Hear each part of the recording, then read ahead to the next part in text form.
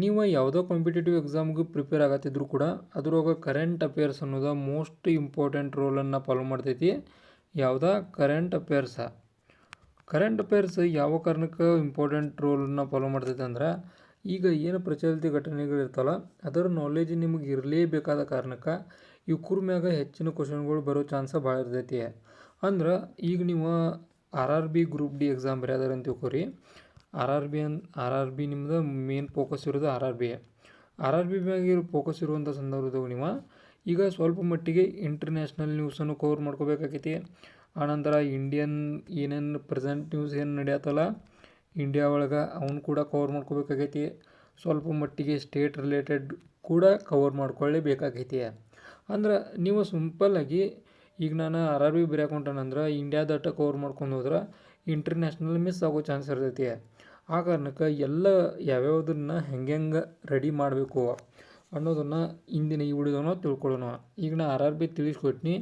ಇಲ್ಲೇ international news ಬೇಕು, ಇಂಡಿಯಾದ್ದು ಬೇಕು, ಸ್ಟೇಟ್ಸದ್ದು ಬೇಕು.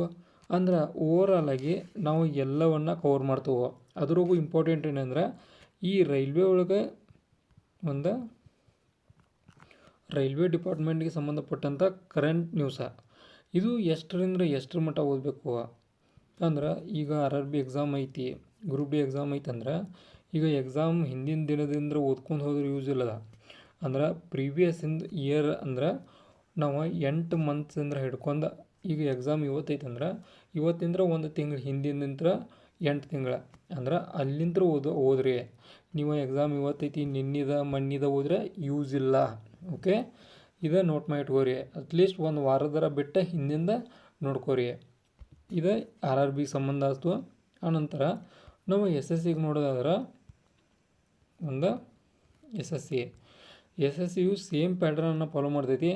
ಇದ್ರಾಗೂ ನಾವು ಸ್ವಲ್ಪ ಹೆಚ್ಚು ಹೊತ್ತು ಕೊಡೋದು ಏನಂದ್ರೆ ಇಲ್ಲೇ ಆರ್ಮಿ, ಈ ರೀತಿ ಒಂದು ನೇವಿ, ಒಂದು ಆನಂತರ ಏರ್ಫೋರ್ಸ, ಒಂದು ಏನೇನದಲ್ಲ ಇವ ಒಂದು ಡಿಫೆನ್ಸ್ಗೆ ಹೆಚ್ಚು ಮಹತ್ವವನ್ನು ಕೊಡ್ತೈತಿ. ಅಂದ್ರೆ ಕರೆಂಟ್ ಇವೆಂಟ್ಸ್ ಏನು ಡಿಫೆನ್ಸು ಆಗಿದಾವೆ ಇವನ್ನ ಕವರ್ ಮಾಡ್ಕೋರಿ. ಆನಂತರ ಸ್ವಲ್ಪ ಮಟ್ಟಿಗೆ ಇಂಡಿಯಾ ಬಗ್ಗೆ ನಾಲೆಜ, ಆನಂತರ ಒಂದು ಇಂಟರ್ನ್ಯಾಷನಲ್ ಏನು ಭಾಳಷ್ಟು ಏನು ಕೇಳೋದಿಲ್ಲ, ಸ್ವಲ್ಪ ಮಟ್ಟಿಗೆ ಇರಲಿ. ಅಂದ್ರೆ ನೋಡ್ಕೊಂಡು ಹಂಗೆ ಹೋಗ್ರಿ, ಹಂಗೆ ಬಿಟ್ಟು ಹೋಗ್ಕೋಬೇಡ್ರಿ. ಆನಂತರ SSC MTS ಯಾರು ಬರೆಯೋಕೆ ಹೋಗಲ್ಲ ಅದ್ರೊಳಗೂ ಸ್ವಲ್ಪ ಮಟ್ಟಿಗೆ ಇಂಟರ್ನ್ಯಾಷನಲ್ಲ ಕವರ್ ಮಾಡ್ಕೊಂಡು ಹೋಗ್ರಿ. ಡಿಫೆನ್ಸ್ ಒಟ್ಟು ಬಿಡೋಕೆ ಹೋಗ್ಬೇಡ್ರಿ.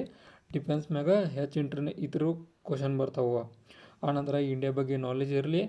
ಆನಂತರ ನೀವು ಪ್ರೆಸೆಂಟ್ ಏನು ನಡೆದೈತಿ ಅಂದ್ರೆ ಪ್ರೆಸೆಂಟ್ ಮ್ಯಾಗ್ಝಿನ್ಗಳನ್ನು ಕವರ್ ಮಾಡ್ಕೋರಿ. ನ್ಯೂಸ್ ಒಳಗೆ ನೀವು ಆರಾಮಾಗಿ ಈ 2 ಎಕ್ಸಾಮ್ಗಳನ್ನ ಕ್ಲಿಯರ್ ಮಾಡ್ಬೋದು.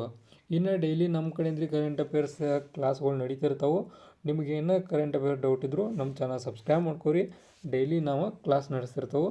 ಡೆಫಿನೆಟಾಗಿ ನೀವು ಎಲ್ಲ ಎಕ್ಸಾಮನ್ನು ಕ್ಲಿಯರ್ ಮಾಡ್ಬೋದು.